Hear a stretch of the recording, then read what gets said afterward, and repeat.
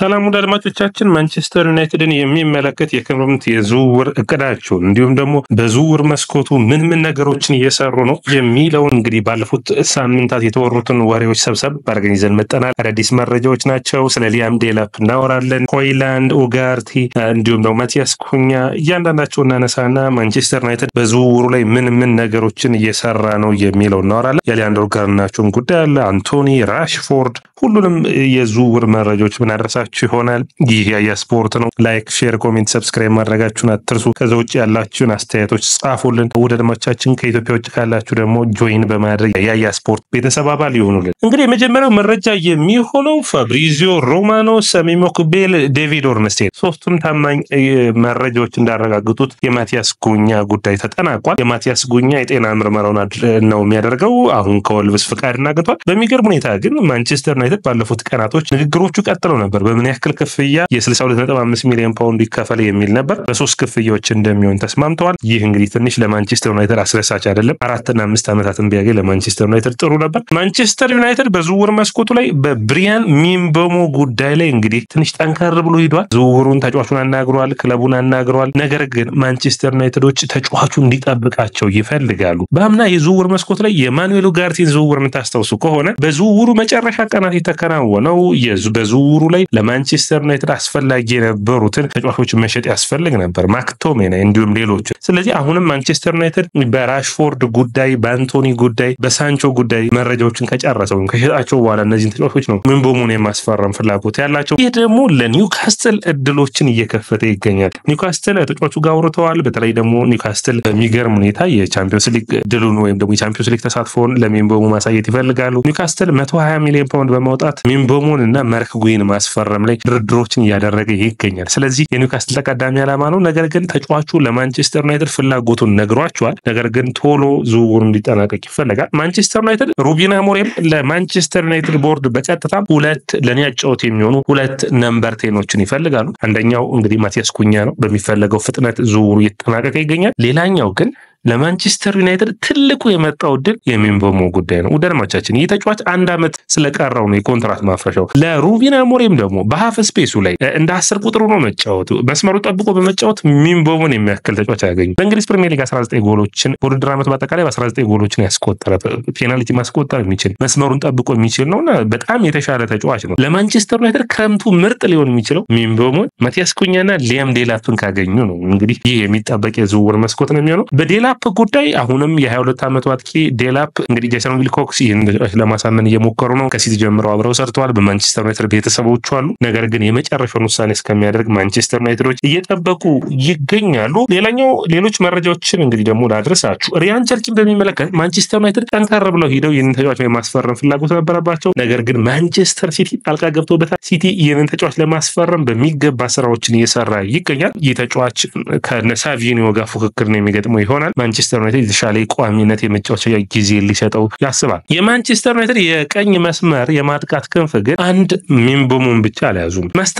መስታንቱኖ እንግዲህ በሪቨር ፕሌት ምርጥ ብቃቱን እያሳየ የሚገኝ አርጀንቲና ተጫዋች ነው። መስታንቱኖ ግን የመጀመሪያ ተቀዳሚ ዓላማው ወደ ሪያል ማድሪድ ማቅናት ነው። ትንሽ ድርድሩን የሚያስቸግር ይሆናል። ሌላኛው ዴብሊንግን ማምጣት ነው ከሳውዛምፕተን። ዴብሊንግ የተሻለ ጥሩ ፐርፎርማንስ ያለው የማንቸስተር ዩናይትድ ስታንዳርድ የሚያሟላ ገና ታዳጊ ማደግ የሚችል ፍጥነቱ ያለ ተጫዋች ነው። ስለዚህ ይህንን ተጫዋች ጄሰን ዊልኮክስ መርጠውታል። ነገር ግን የዋጋው ጉዳይ አሳሳቢ ያደርገዋል። ዣቪ ሲመንስ ማንቸስተር ዩናይትድን ይመርጣል ተብሎ የማይጠበቅ ነው። ምክንያቱም በአውሮፓ ቻምፒዮንስ ሊግ የሚሳተፍ ቡድንን ስለሚፈልግ። ኤብሪቼዜ የማቲያስ ኩኛ መምጣት የኤብሪቼዜን ዝውውር ሊያዘገየው የሚችል ነው። ሌላኛው እንግዲህ ማንቸስተር ዩናይትድ ቤት ስናወራ መነሳት የሚጠበቅበት የማኑኤል ኡጋርቲ ጉዳይ ነው። ኡጋርቲ አምና ከቡድኑ ከመጣ ጀምሮ ጥሩ ፐርፎርማንሱን እያሳየ ነበር። ባለፉት ጨዋታዎች ግን ሩበን አሞሪም አልመረጡትም። ስለዚህ ዩናይትድን ይለቃሉ የሚል እንግዲህ አንዳንድ ዘገባዎችን እያየው ነበር። ነገር ግን ማንቸስተር ዩናይትድ የቡድኑ አካል የማድረግ ፍላጎት አለው። ሩበን አሞሪም በሚቀጥለው ዓመት ከኤደርሰን ጋር ዛሬ በወጡ መረጃዎች መሰረት በጣም